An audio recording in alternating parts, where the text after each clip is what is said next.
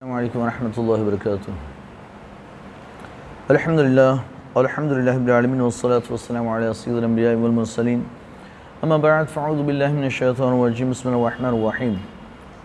فمن افترى علی اللہ الکذب من بعد ذلك فاولئک هم الظالمون قل صدق اللہ فاتبعوا ملة ابراہیم حنیفا وما كان من المشرکین صدق اللہ العلی العظیم۔ یہ آل عمران کی آیت نمبر 94-95 ہے۔ اس سے پہلے یہودیوں کے تعلق سے اللہ تبارک و تعالیٰ نے ذکر فرمایا تھا کہ بنو اسرائیل کے لیے سارے کھانے حلال تھے سوائے اس کے جو حضرت یعقوب نے اپنے اوپر حرام کیا۔ یہ تفسیر گزر چکی اور حضرت یعقوب علیہ الصلوۃ والتسلیم نے، انہی کا نام اسرائیل ہے، اللہ نے ان کا جو ہے نام اسرائیل ہے، لقب یعقوب ہے۔ انہیں یعقوب اس لیے کہا جاتا ہے کہ چونکہ یہ اپنے بھائی عیس کے ساتھ جڑواں پیدا ہوئے اور جڑواں پیدا ہوئے تو ان کی بھائی عیس کی جہاں ایڑی تھی وہاں ان کا سر تھا، اور فوراً بعد میں پیچھے پیدا ہوئے۔ اس وجہ سے ان کو یعقوب عقب میں، یعنی عقب سے بنا پیچھے آنے والے، یا عقب کہتے ہیں ایڑی کو، تو عیس کی ایڑی کے پاس ان کا سر تھا، تو اس وجہ سے انہیں یعقوب ان کا نام رکھا گیا، یعنی لقب ہو گیا یعقوب۔ نام تو اسرائیل ہے، اسرا بمعنی بندہ، اور ایل کا معنی ہوتا ہے اللہ تبارک و تعالیٰ۔ دیکھیں یعنی بہت سے نام ہیں جس میں ایل آتا ہے، جبرائیل، میکائیل، اسرافیل، تو مختلف معنی ہیں عبرانی، سریانی وغیرہ زبانوں میں، لیکن ایل کا معنی اللہ تبارک و تعالیٰ، اور یہاں یعنی کہ اسرائیل بمعنی اللہ کا بندہ۔ عبداللہ جیسے ہم کہتے ہیں اللہ کا بندہ، ویسے ان کے یہاں اسرائیل ہے، تو اس وجہ سے آپ کا لقب یعقوب۔ اللہ نے یہاں اسرائیل کہا کہ اسرائیل نے اپنے اوپر حرام کیا توریت نازل ہونے سے پہلے، یعنی توریت کے نازل ہونے سے پہلے انہوں نے اونٹ کا گوشت اور اونٹ کا دودھ اپنے اوپر حرام کر لیا تھا۔ اصل میں آپ کو ایک بیماری نے بہت پریشان کیا، بیماری کا نام ہے عرق النساء، اور اسے ہم آج کل کہتے ہیں ڈاؤٹ کہتے ہیں، کیا کہتے ہیں، جو پیروں میں دکھاوے کی جو واں کی بیماری ہے نا، یہ عرق النساء اردو لفظ ہے، عرق النساء اسے کہتے ہیں، اور اسی کو یعنی کہ واں کہتے ہیں، آج کل ہمارے زمانے میں واں کی بیماری کہتے ہیں۔ پیروں میں ران کے پیچھے جو رگ ہوتی ہے جو نیچے تک جاتی ہے، وہ رگ جو ہے نا پوری درد کرتی ہے، جس کی وجہ سے پوری یعنی کہ پورا پیر، رانوں سے لے کر کے نیچے تک پورا پیر جو ہے وہ درد کرتا ہے، اور بڑی تکلیف ہوتی ہے، اٹھنے بیٹھنے میں بھی پریشانی، چلنے میں بھی پریشانی، ہر چیز میں۔ تو یہ واں کی بیماری آپ کو تھی، عرق النساء کی بیماری تھی، تو آپ نے یعنی بہت پریشان ہو گئے تھے، تو آپ نے منت مانی، یعنی قسم کھائی، یا اللہ اگر مجھے اس بیماری سے شفا مل گئی، اگر تو نے مجھے شفا دی تو میں جو مجھے بہت پسند ہے اونٹ کا گوشت اور اونٹ کا دودھ، میں وہ اپنے اوپر حرام کر لوں گا، یعنی اب نہیں کھاؤں گا، چھوڑ دوں گا کھانا پینا۔ تو اللہ نے شفا عطا فرما دی، اور جب شفا عطا فرما دی تو آپ کو بہت پسند تھا، تو آپ نے اونٹ کا گوشت اور اونٹ کا دودھ چھوڑ دیا کہ میں اچھا ہو گیا، چلو چھوڑ دیتا، اب چھوڑ دیا۔ تو بعد میں پھر توریت نازل ہوئی، توریت جو ہے وہ بعد میں نازل ہوئی، پہلے انہوں نے یہ کیا، تو توریت جب نازل ہوئی تو اس میں یہی حکم آیا، یعنی اللہ تبارک و تعالیٰ کو اپنے اس محبوب بندے کی یہ ادا اتنی پسند آئی کہ اللہ نے امت کے لیے بھی وہ حکم نافذ فرمایا کہ امت کے لیے بھی اونٹ کا گوشت اور اونٹ کا دودھ جائز نہیں، حرام، اور یہ حکم تب سے چلایا۔ اب یہ یہودیوں نے آ کر جو اللہ کے رسول سے مناظرہ کیا تھا، اور آ کر انہوں نے کہا تھا کہ آپ کا دین تو سچا کیسے ہو سکتا ہے جبکہ آپ کے یہاں اونٹ کا گوشت کھایا جاتا ہے، اونٹ کا دودھ پیا جاتا ہے، جبکہ حضرت نوح علیہ السلام سے لے کر آج تک ہمارے دین تک تو حرام چلا آ رہا ہے، تو آپ کے دین میں جائز کیسے ہو گیا؟ تو اس پر اللہ نے اپنے محبوب سے فرمایا، محبوب ان سے فرما دو، جاؤ لے کر آؤ، توریت لے کر آؤ، اور لا کر پڑھ کر سناؤ، توریت پڑھ کر سناؤ، بتاؤ کہ یہ کہاں لکھا ہے کہ حضرت نوح سے حرام ہے۔ اللہ نے یہی واقعہ جو قرآن میں بیان کیا، یہی بات جو اللہ نے توریت میں بھی بیان فرمائی ہے۔ اب ہو سکتا ہے تب تک یعنی جو خود بدلا جا چکا تھا تھوڑا بہت وہ بدلا جائے، لیکن یہ بات ابھی تک بدلی نہیں گئی تھی، اور اسی وجہ سے اگر بدل دی گئی ہوتی تب تو یہ لوگ لے آتے فارم میں، لیکن لائے نہیں۔ حضور نے چیلنج کیا، اللہ تعالیٰ فرماتا ہے لے آؤ توریت، تمہیں مجھے سناؤ آیتیں، اگر تم سچے ہو تو تمہاری آیتیں پڑھ کر سناؤ، تو یہ لینے نہیں گئے، ایک بھی اٹھا نہیں، اس لیے پتہ تھا کہ ہاں بھائی ہماری توریت میں بھی حضرت یعقوب کا ذکر موجود اور یہ واقعہ موجود۔ تو یہ جو ہے اگلی شریعتوں میں یہ بھی ہوتا تھا کہ نذر اور قسم کے طور پر، منت کے طور پر لوگ اپنے اوپر حلال چیزوں کو حرام بھی کر لیتے تھے۔ اس شریعت میں حلال چیزوں کو حرام کرنا تو اجازت نہیں ہے کہ ہم اپنی حلال چیزوں کو حرام کر لیں اپنے اوپر کہ میں یہ نہیں کھاؤں گا یا نہیں پیوں گا۔ ہاں البتہ وہ چیزیں جو ہم پر ضروری نہیں ہوتی ہے، ہم قسم کھا کر یا منت مان کر ہم اسے اپنے اوپر ضروری کر لیتے ہیں۔ میں نے منت کے تعلق سے گزشتہ تفسیر میں بیان کیا تھا۔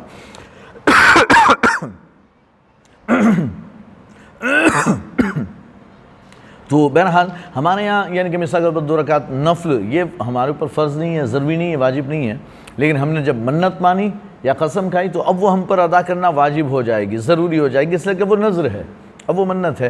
اور منت صرف شرعی چیزوں کی مانی جا سکتی ہے، غیر شرعی چیزوں کی اگر منت مانیں گے تو وہ عرفی منت ہوگی، شرعی منت نہیں ہوگی، لوگوں کے اعتبار سے منت ہوگی۔ اب یہ جو عرق النساء کی بیماری ہے جسے ہم واہ کی بیماری کہتے ہیں، علامہ ساوی نے اپنی تفسیر میں اس کا ایک علاج اللہ کے رسول سے بیان کیا ہے کہ اللہ کے رسول صلی اللہ علیہ وسلم نے یہ ایک علاج بیان فرمایا۔ حضرت انس بن مالک کی روایت ہے کہ سرکار نے فرمایا کہ عربی جو دمبا آتا ہے نا، عربی میں جو دمبا آتا ہے، ہمارے یہاں گھیٹا جسے کہتے ہیں، عرب میں وہ اسے دمبا کہتے ہیں، اس کے پیچھے جو دم ہوتی ہے نا وہ بالکل ایسی اور بالکل موٹی ہوتی ہے، چربی کا تھڑ ہوتا ہے بالکل باقاعدہ۔ تو یہ چربی کا جو ٹکڑا ہے اس کی یعنی کہ دم جو ہے اسے چکتی کہتے ہیں۔ تو وہ دم کاٹ کر یعنی وہ لے کر اسے آگ پر پکا لیا جائے، یعنی پگھال دیا جائے اس چربی کو، اور اس کے 3 پارٹ کر لیے جائیں، اسے 3 حصوں میں بانٹ لیا جائے، اور پھر وہ جو رگ ہے اس پر جذب کیا جائے، اس پر مالش کیا جائے، وہ ایک، پھر تھوڑے دنوں کے بعد پھر دوسرا حصہ جو ہے اسے مالش کیا جائے، پھر تھوڑے دنوں بعد تیسرا حصہ مالش کیا جائے، کہتے ہیں کہ بندہ اچھا ہو جائے گا، واقعی بیماری ختم ہو جائے گی، ہے نا۔ یہ آج تک ہم کو یہ علاج پتہ نہیں تھا، پہلی بار پتہ چلا۔ تو یہ جو ہے علامہ ساوی نے اسے اپنی تفسیر ساوی میں بیان فرمایا اس روایت کو۔ حضرت انس بن مالک فرماتے ہیں کہ میں نے یہ علاج کئی 100 مریضوں پر آزمایا، سب اچھے ہو گئے، مجرب پایا، یعنی کہ بالکل سب کو شفا ہو گئی عرق النساء کی بیماری سے۔ تو کہتے ہیں کہ یہ حضرت یعقوب علیہ السلام نے اپنے اوپر جو حرام کیا وہ اللہ نے حرام کیا۔ اچھا، پھر اس کے بعد شریعت موسوی میں بہت سی چیزیں یہودیوں پر حرام ہوئی، تو وہ حرام اس لیے ہوئی ہے کہ چونکہ انہوں نے سرکشی کرتے گئے اور ان پر احکامات سخت ہوتے گئے تو حلال چیزیں بھی حرام ہوتی گئی۔ مثال کے طور پر سنیچر کے دن شکار، ویسے 7 دن شکار کرنا جائز تھا، تو یعنی کہ اللہ تبارک و تعالیٰ یعنی سرکشی کر رہے تھے، تو اللہ تبارک و تعالیٰ نے فرمایا کہ یعنی ایک حکم تھا کہ بھئی تم سنیچر کے دن، ان کے یہاں سنیچر کے دن عبادت کریں، جیسے ہم جمعہ کے دن عبادت کرتے ہیں، جمعہ ہمارے لیے ہے، ویسے یہودیوں کے لیے سنیچر، عیسائیوں کے لیے اتوار۔ اور آپ دیکھیں کہ یہاں ہندوستان میں انگریزوں کی حکومت تھی، اس لیے سنڈے کی چھٹی چلی آ رہی ہے۔ انگریزوں سے پہلے کا مجھے نہیں پتا کہ یہاں سنڈے کی چھٹی تھی کہ نہیں تھی، لیکن انگریز آئے اور جہاں جہاں انگریز گئے انہوں نے سنڈے کو چھٹی کا بالکل ایک دم یہ کر دیا۔ اسی طرح سے یہودیوں کی جہاں جہاں یعنی کہ کمیونٹی ہوتی ہے، جہاں ان کی تعداد ہے، یا اسرائیل آپ دیکھ لیں تو وہاں سیٹرڈے منایا جاتا ہے، سنڈے نہیں، سیٹرڈے، وہ سنیچر کی چھٹی مناتے ہیں، وہ ان کا مقدس دن، تو یہ عبادت کا دن تھا۔ تو اللہ تعالیٰ نے فرمایا کہ بھئی سنیچر کے دن شکار مت کرو۔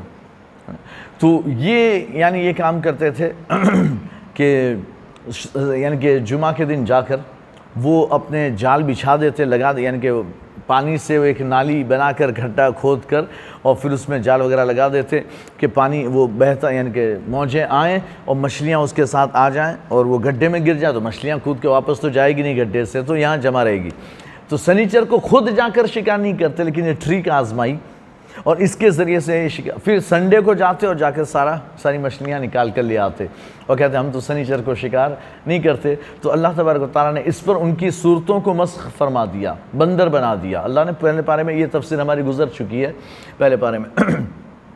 تو یہ یعنی کہ اسی طرح سے جانوروں کی چربی ان پر حرام ہو گئی، وہ کپڑا جہاں نجاست لگ جائے وہ کپڑا کاٹ دو یا جسم کاٹ دو۔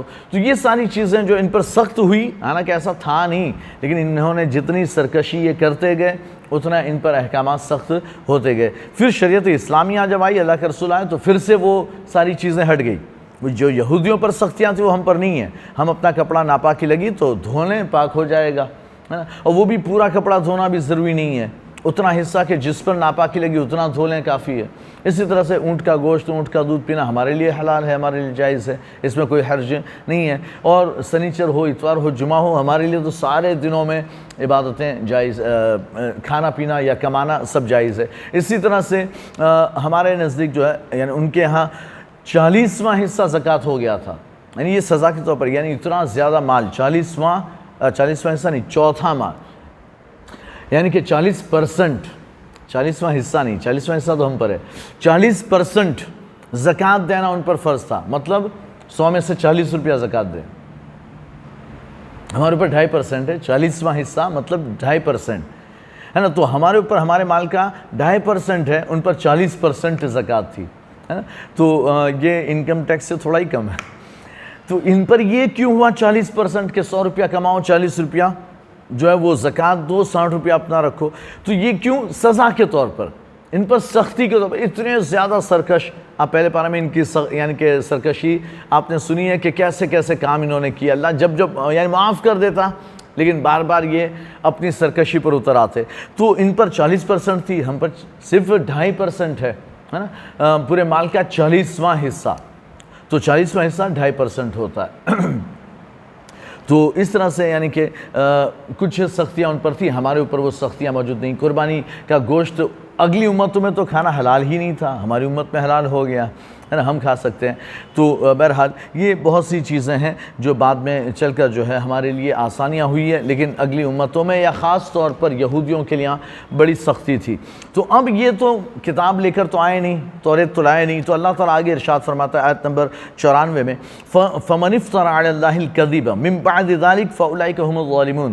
تو جنہوں نے اللہ تبارک و تعالیٰ پر جھوٹی بات لگائی, یعنی کہ جھوٹی تہمت لگائی, جنہوں نے اللہ تبارک و تعالیٰ پر جھوٹ باندھا.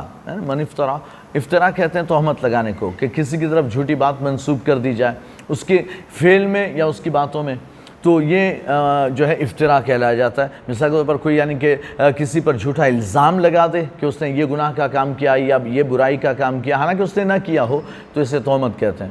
اسی کو اللہ کے رسول نے فرمایا تھا کہ تم یعنی کہ کسی نے کسی کی برائی بیان کی کہ یہ تو ایسا ہے, اللہ کے رسول نے فرمایا کہ تم نے غیبت کی.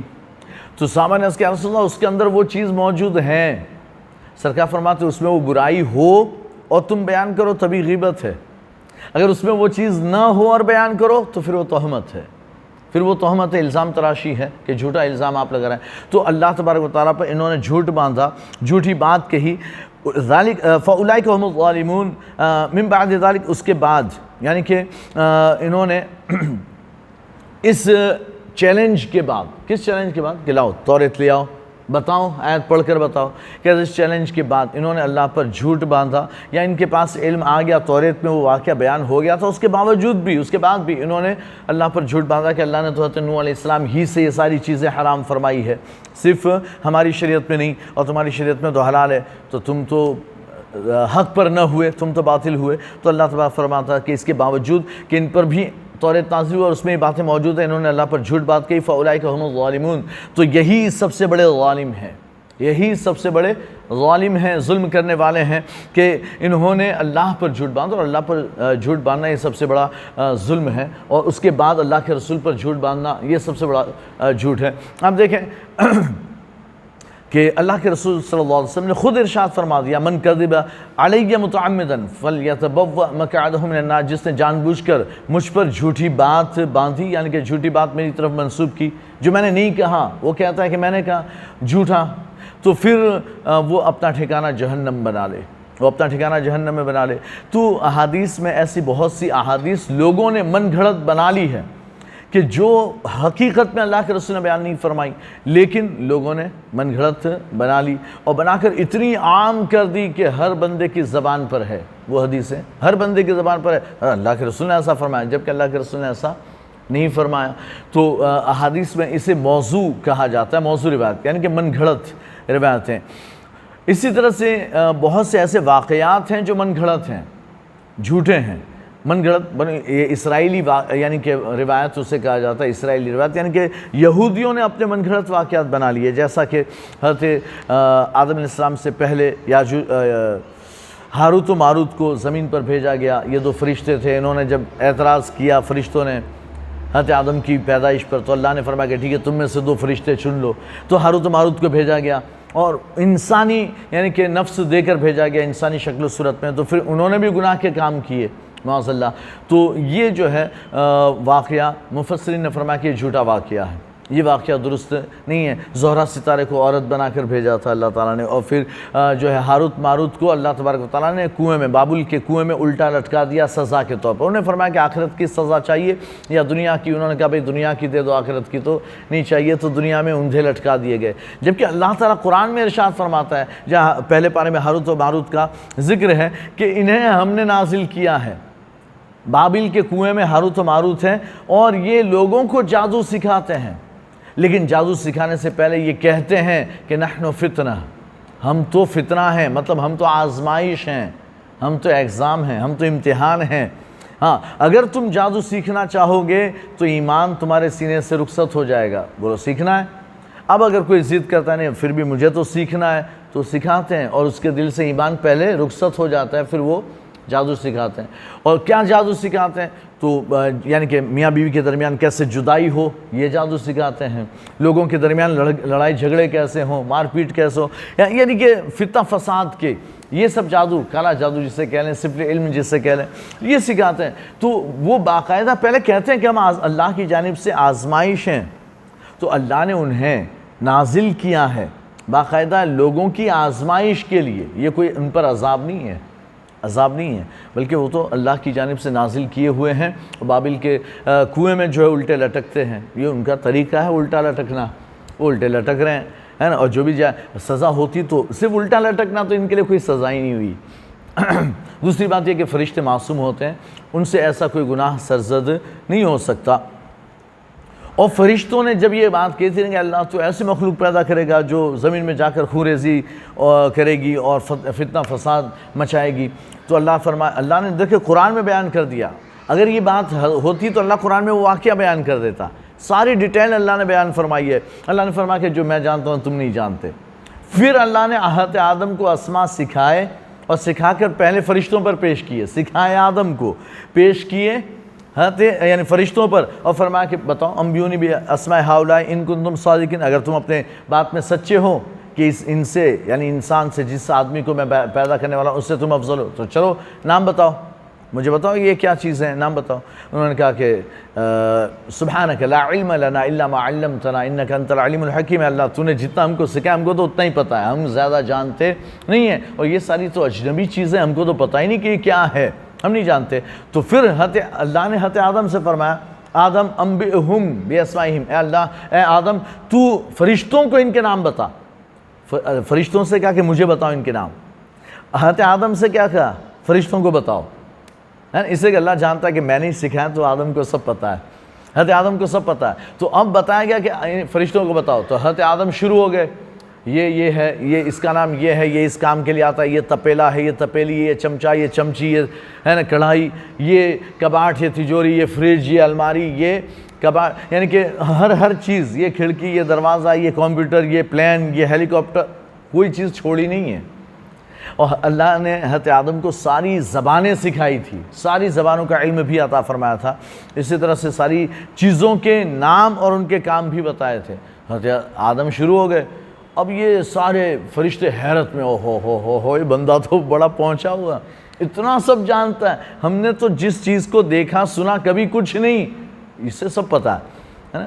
تو بہرحال اللہ تعالیٰ کو حضرت آدم کو خلیفہ اور انسان اشرف المخلوقات کو خلافت ارضی عطا فرمانی تھی، اللہ نے علم عطا فرما دیا۔ تو علم کے ذریعے ایک بات یہ پتہ چلتی کہ اللہ علم کے ذریعے ہے نا لوگوں کو اعلیٰ مقامات و درجات عطا فرماتا ہے، یہ علم کے ذریعے۔ حضرت آدم کو بھی علم کے ذریعے فرشتوں پر فضیلت عطا فرما دی، اور پھر اس کے بعد حضرت آدم علیہ السلام کو زمین پر اتارا، اور سارے معاملات ہیں ہی ہیں۔ فرشتوں نے جو بات کہی تھی نا، انہوں نے جناتوں کو دیکھ کر کہی تھی کہ ہم سے پہلے جنات بستے تھے دنیا میں، اور انہوں نے بڑی خونریزی بھی کی تھی، بڑے فساد بھی کیے تھے، تو فرشتوں نے وہی دیکھ کر کہا تھا کہ اللہ ایک تو برباد کیا، ایک نے تو دنیا کو برباد کیا، زمین کو برباد کیا، اب یہ تو دوسری مخلوق پیدا کر رہا ہے، یہ بھی جا کر ایسے ہی کام دھندے کریں گے۔ تو اللہ نے فرمایا جو میں جانتا ہوں تم نہیں جانتے۔ وہ کیا بات ہے جو میں جانتا ہوں تم نہیں جانتے؟ وہ یہ کہ میرے محبوب کی شان ظاہر کرنا مقصود ہے۔ میں نے اپنی ربوبیت ظاہر کرنا چاہی تو میں نے کائنات پیدا کی ہے، تم کو بھی پیدا کیا، جناتوں کو بھی پیدا کیا، میری ربوبیت ظاہر ہو گئی۔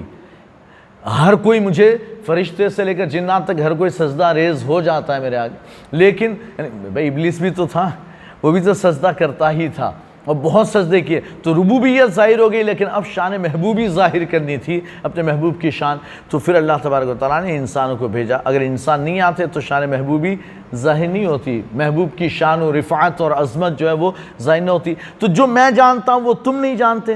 بھائی آج دیکھ لیں، انسان بھی تو خونریزی کر رہا ہے، انسان بھی تو دنیا میں فساد پھیلا ہی رہا ہے۔ فرشتوں نے جو کہا تھا کوئی غلط بات نہیں تھی، لیکن اللہ نے جو فرمایا تھا کہ جو میں جانتا ہوں تم نہیں جانتے، وہ یہ بات تھی۔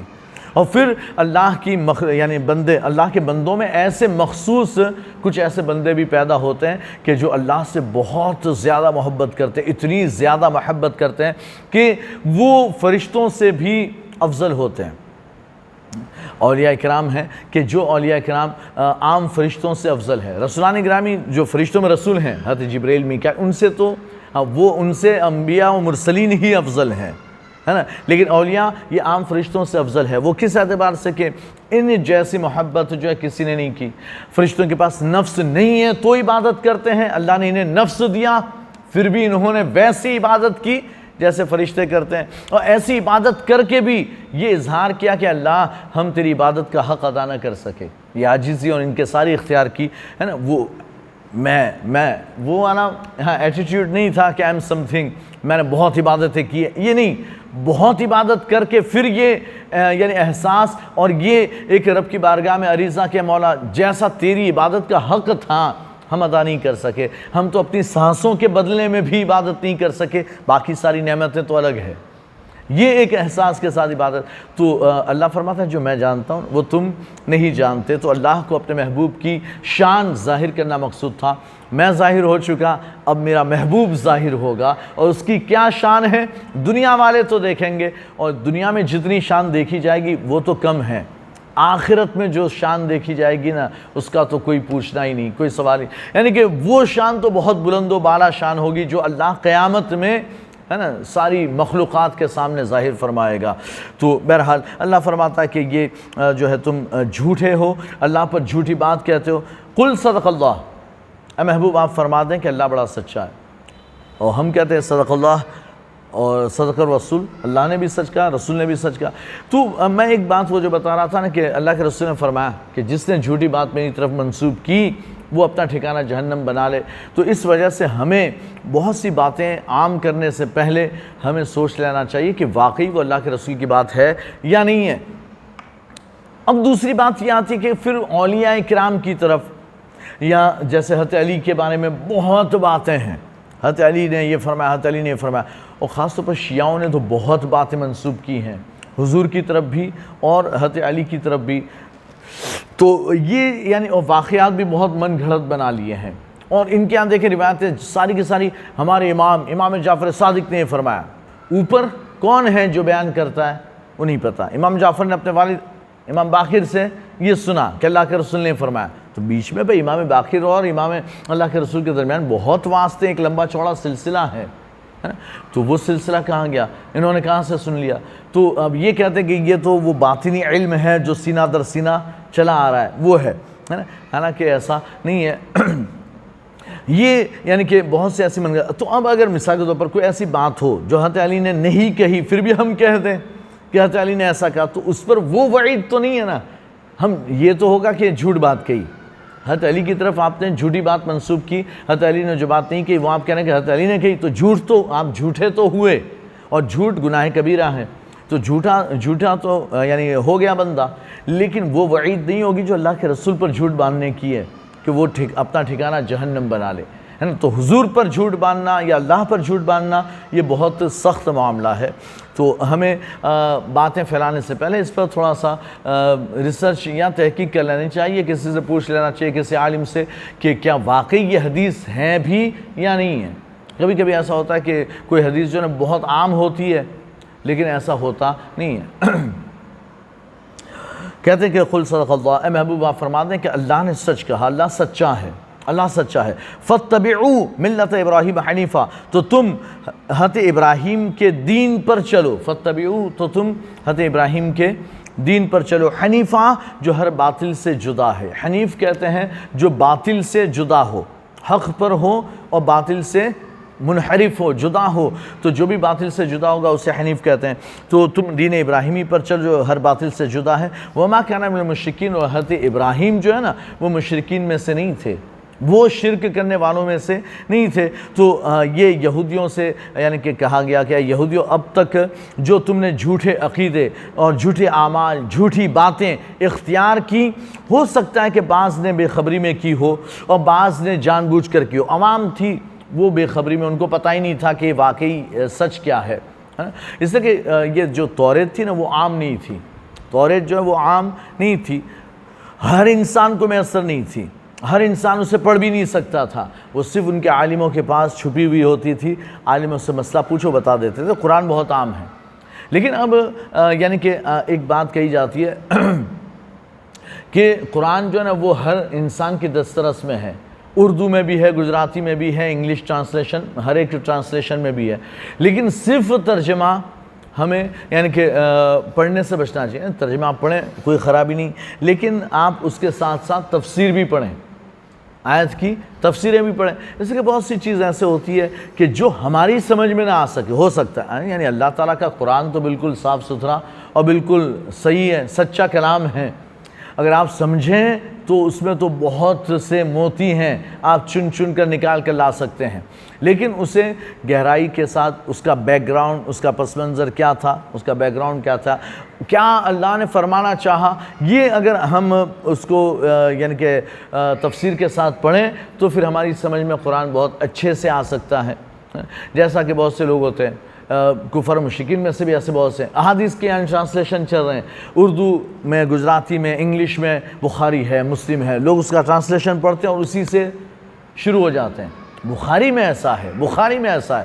تو ایک ہندو, اس نے, ایک غیر مسلم نے فیس بک پر ایک ویڈیو بنا کر ڈالا ہے نا کہ یہ مسلمان ہمیں بہت بولتے ہیں کہ گائے کا پیشاب پیتے, گائے کا پیشاب پیتے. ان کا پیغمبر اور ان کے پیغمبر کے ماننے والے بھی پیشاب پیتے ہیں. بخاری کی حدیث ہے, بخاری میں اللہ کے رسول نے جو ہے اونٹ کا دودھ اور پیشاب پینے کا حکم دیا ہے.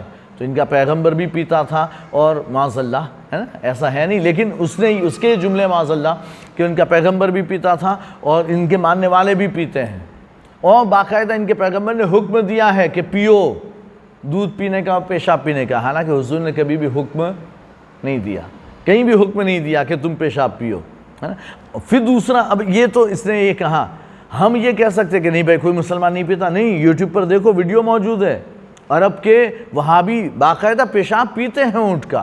اونٹ کھڑا ہے, پیشاب کر رہا ہے, وہ اس کے سامنے پی بھی رہا ہے, منہ بھی دھو رہا ہے. تو گائے کا پیشاب اور اونٹ کے پیشاب میں فرق کیا ہو گیا؟ فرق کچھ نہیں ہوا, ہے نا. بات تو وہی آ گئی کہ تم بھی تو کرتے ہو. تو اب یہ بخاری میں یہ حدیث ہیں, اب آپ نے خود ہی ٹرانسلیشن پڑھ لیا تو آپ کو بالکل صحیح بات ہے, بات تو صحیح ہے. اسی طرح حدیث آئی بخاری میں کہ اللہ کے رسول تو رفع یدین فرماتے تھے, امام بخاری بھی فرماتے تھے, تم کیوں نہیں کرتے ہو؟ ہاں, تمہارا طریقہ غلط ہے نماز پڑھنے کا, کرنا چاہیے. تو کل سے تم آگے شروع ہو گئے, ہے کہ نہیں. یہ بخاری صرف خود سے پڑھنے کا نقصان ہوگا, لیکن اگر اس کو ہم یعنی تشریحات کے ساتھ یا کسی استاد کی نگرانی میں آپ پڑھیں, کسی استاد سے, تو پھر آپ کو بھائی یہ اس میں تو یہ ہے, تو پھر وہ آپ کو بتائے گا لیکن اس میں یہ ہے, یہ باتیں ہیں, وہ باتیں, وہ ساری چیزیں, وہ دلائل ہیں, وہ احادیث ہیں, کیا کیا. تو سرکار نے یہ نہیں فرمایا کہ تم جا کر اونٹ کا پیشاب پیو.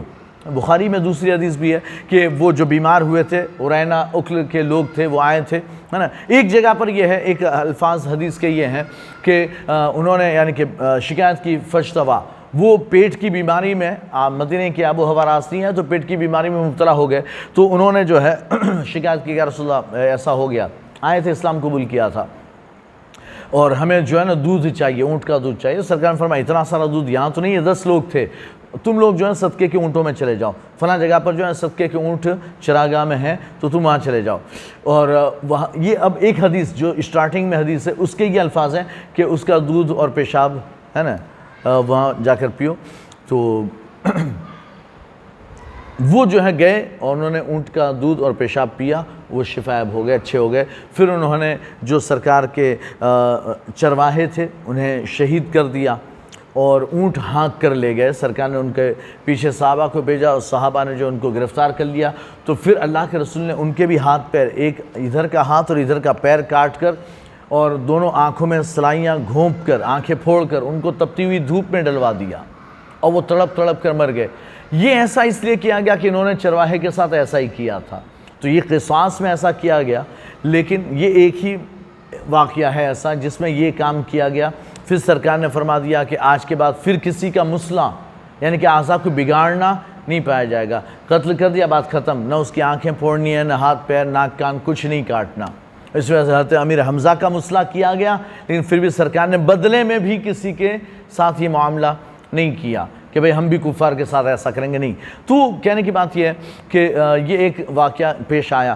اب یہاں دوسری حدیث بخاری میں ہے، اس میں یہ ہے کہ اللہ کے رسول کی بارگاہ میں انہوں نے آ کر عرض کیا کہ رسول ہمیں دودھ چاہیے، تو سرکار نے فرمایا کہ تم وہاں چلے جاؤ، وہاں تمہیں صدقے کے جانور مل جائیں گے۔ انہوں نے دودھ کا مطالبہ کیا، سرکار نے کہا کہ اتنا دودھ تو یہاں نہیں ہے، تم وہاں چلے جاؤ۔ پہلی حدیث میں تھا کہ وہ آئے اور کہا کہ پیٹ میں کی بیماری ہو گئی ہے، سرکار نے کہا کہ وہاں چلے جاؤ صدقے کے اونٹوں میں اور وہاں جا کر پیشاب و دودھ پیو۔ دوسری حدیث بخاری کی ہے، اس میں یہ ہے کہ وہ آئے اور انہوں نے کہا کہ ہم پیٹ کی بیماری میں مبتلا ہوئے، ہم کو دودھ چاہیے۔ سرکار نے فرمایا یہاں اتنا دودھ نہیں ہے، تم وہاں چلے جاؤ، صدقات کے اونٹ وہاں موجود ہے، وہاں جا کر تم یعنی وہاں چلے جاؤ، بس اتنا کہ وہاں چلے جاؤ۔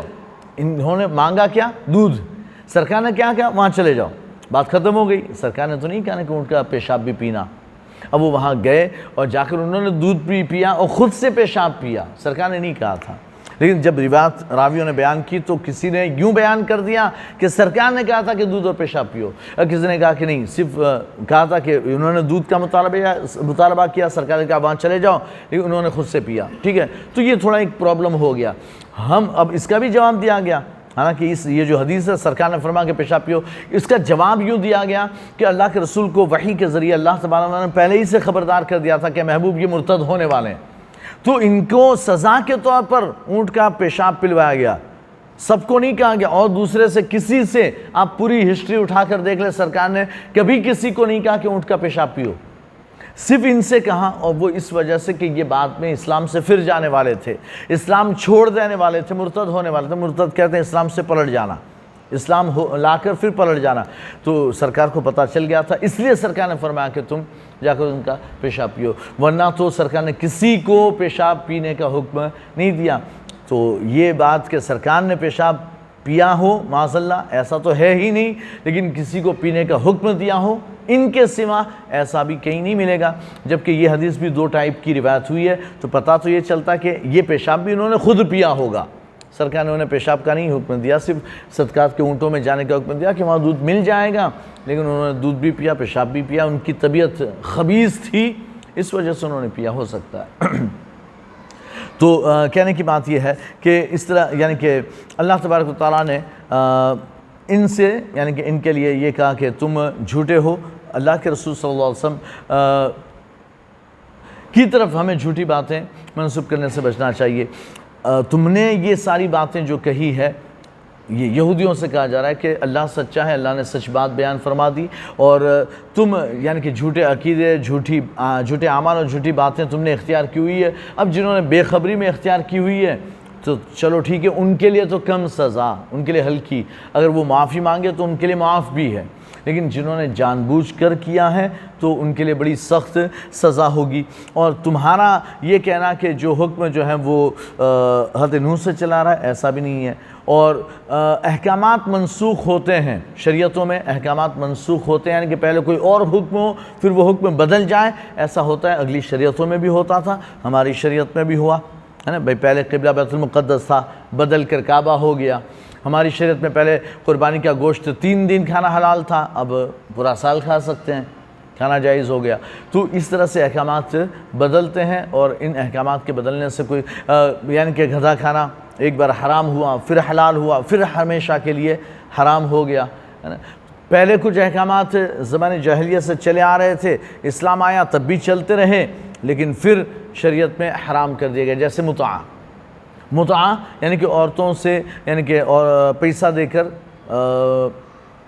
نکاح کر لینا، اور یہ کہ بھئی میں نے تم سے 1 مہینے کے لیے یا 6 مہینے کے لیے یا 2 دن کے لیے، ہفتے کے لیے میں نے تم سے یعنی میں تم سے فائدہ، نکاح نہیں، متعہ کہتے ہیں اس لیے کہ میں 1 ہفتے کے لیے تم سے فائدہ اٹھاؤں گا، اس کے بدلے میں تمہیں یہ قیمت دوں گا، یا 1 مہینے یا 1 سال 2 سال 3 سال 5 سال جو بھی ہے نا۔ تو اہل عرب یہ کرتے تھے کہ کہیں گئے سفر پر، پتہ ہے کہ 15 دن رکنا ہے، تو ہفتے بھر کے لیے کسی سے یہ معاملہ کر لیا کہ بھئی 1 ہفتے کے لیے میں تجھ سے فائدہ اٹھاؤں گا اتنے روپے کے بدلے میں، یہ متعہ۔ تو جب اسلام آیا، یہ پہلے سے چلا آ رہا تھا، اسلام آیا ابھی اس کا حکم نہیں آیا تھا، تو یہ چلتا رہا، صحابہ میں بھی چلا اور مسلمانوں میں بھی چلتا رہا کہ بھئی اس کے بارے میں کوئی حکم نہیں ہے، لیکن پھر حرمت آ گئی کہ بھئی یہ متعہ حرام، تو اب تب سے پھر اللہ کے رسول نے فرما دیا کہ بھئی متعہ اور گدھے کا گوشت کھانا اور متعہ یہ حرام ہے۔